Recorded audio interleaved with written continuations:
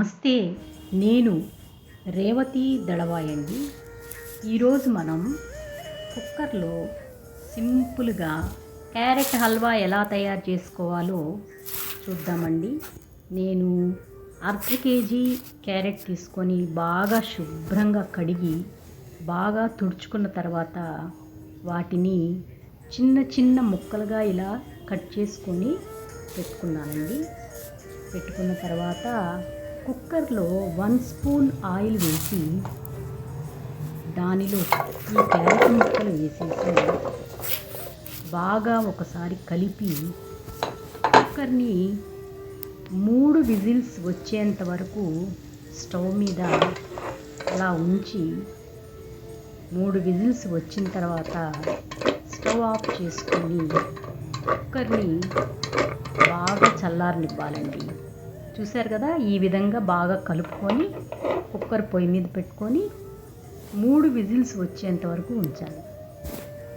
3 whistles వచ్చిన తర్వాత stove off చేసుకొని కుక్కర్ని పక్కకు తీసి పెట్టుకొని దాన్ని చల్లారనివ్వాలండి. కుక్కరులో ఉడకటం వల్ల బాగా మెత్తగా ఉడుకుతుందండి. మనం తర్వాత నేతిలో వేయించుకునేటప్పుడు రెసిపీ ఈజీగా అయిపోతుందండి, తొందరగా అయిపోతుంది, టైం సేవ్ అవుతుంది. ఇలా కుక్కర్ని చల్లారిన తర్వాత కుక్కర్ మూత తీసి నెమ్మదిగా క్యారెట్ ముక్కల్ని బాగా స్మాష్ చేసుకోవాలండి. మెత్తగా పప్పు గుత్తి పెట్టి స్మాష్ చేసుకోవాలి. అలాగా చూసారు కదా, ఇలా ఒక గిన్నెలోకి తీసుకొని దాన్ని పక్కన పెట్టుకోండి. ఈలోపు మనం స్టవ్ వెలిగించుకొని చూసారు కదా ఎంత మెత్తగా అయిపోయిందో. మీరు గంటలు తురమక్కర్లేదండి, తురమకుండా చాలా ఈజీ మెథడ్లో ఇలా చేసుకోవచ్చు. ఇలా తీసుకొని 1 కప్పు పంచదార వేసి వేరొక పాత్రలో 2 స్పూన్ల నెయ్యి వేసుకొని స్టవ్ మీద పెట్టి నెయ్యి వేడైన తర్వాత ఈ స్మాష్ చేసిన పదార్థాన్నంతా దాంట్లో వేసి బాగా దగ్గర పడేంత వరకు వేయించుకోవాలండి. పంచదార బాగా కలిసిపోయి దాంట్లో దగ్గర పడేంత వరకు వేయించుకోవాలి. ఇలా వేయించుకోవాలండి.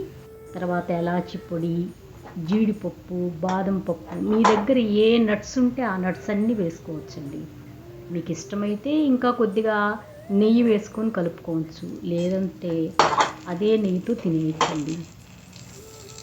ఎమ్మీగా ఉండే క్యారెట్ హల్వా రెడీ అయిపోయిందండి. అప్పుడు మనం దాన్ని సర్వ్ చేసుకుందాం. నచ్చిందా మరి? నోట్లో వేసుకుంటే కరిగిపోయే క్యారెట్ హల్వా రెడీ అండి.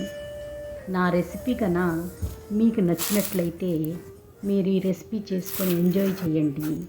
అలాగే సబ్స్క్రైబ్ చేయండి, లైక్ చేయండి, షేర్ చేయండి, కామెంట్ చేయండి.